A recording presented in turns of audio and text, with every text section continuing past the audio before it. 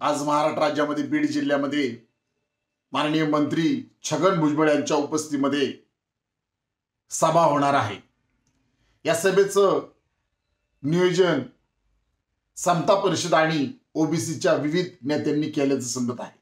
मुळात या सभेमध्ये विविध पक्षाचे प्रतिनिधी सुद्धा उपस्थित राहणार आहेत। या सभेमध्ये ज्यांनी महाराष्ट्र राज्यामध्ये चिथावणीखोर अत्यंत खालच्या दर्जाची विधाने केली आहेत ते गोपीचंद पडळकर आणि लक्ष्मण हाके हे सुद्धा या सभेमध्ये उपस्थित राहणार आहे असे समजत आहे। मुळात महाराष्ट्र हे राज्य रयतेचे राजे शिवाजी महाराज, संभाजीराजे फुले, शाहू आंबेडकर यांच्या विचाराचे राज्य आहे। माझी जाऊ सावित्रीबाई फुले, अहिल्याबाई होळकर, माता रमाई यांच्या सुद्धा विचाराचे आणि यांचेच राज्य आहे। तरी सुद्धा आमचा स्पष्ट मत आहे की ही जी सभा होत आहे ही सभा जो मध्यंतरी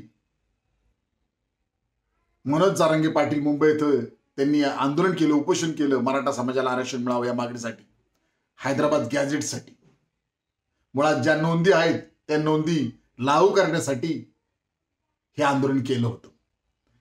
परंतु या पार्श्वभूमीवर जी.आर. काढला राज्य सरकारने आणि या जी.आर. मुळे ओबीसी समाजाच्या आरक्षणाला धक्का बसला असं ओबीसी समाजातील काही नेत्यांचं मत आहे।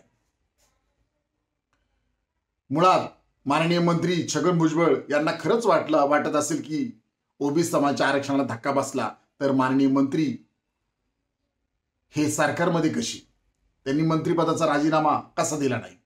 एका बाजूला सरकारमध्ये राहायचं आणि सरकारमध्ये असताना वेगळं बोलायचं आणि जनतेमध्ये आल्यानंतर वेगळं बोलायचं। मुळात ज्या बीड जिल्ह्यामध्ये हे सभा घेत आहेत त्या बीड जिल्हा हा पुरोगामी विचाराचा जिल्हा आहे।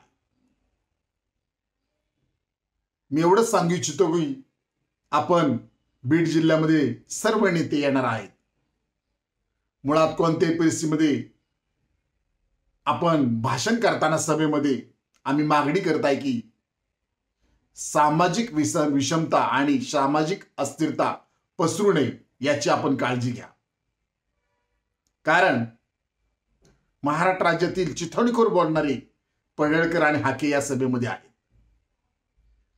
तसेच माननीय मंत्री भुजबळ साहेब सुद्धा, तुम्ही सुद्धा माननीय मंत्री आहात राज्याचे, त्यामुळे कोणतीही विधाने या जिल्ह्यात करताना काळजी घ्या। कारण आपण विधाने करून जातो परंतु सर्व समाजाला सर्व जाती धर्माला गुण्या गोविंदाने ते राहायचे असते। आपण भाषण करून निघून जाता, आपण जर चुकीचं बोलला तर ते चुकीचे मेसेज या जिल्ह्यामध्ये जाऊ शकतात।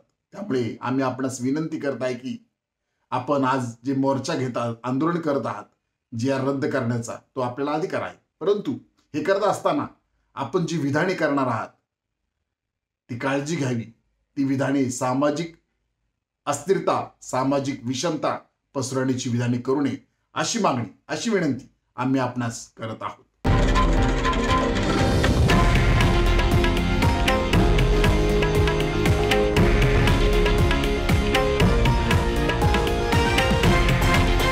हे आहे देशातील नंबर 1 न्यूज नेटवर्क आणि आपण पाहत आहात TV9 मराठी, एकमेव।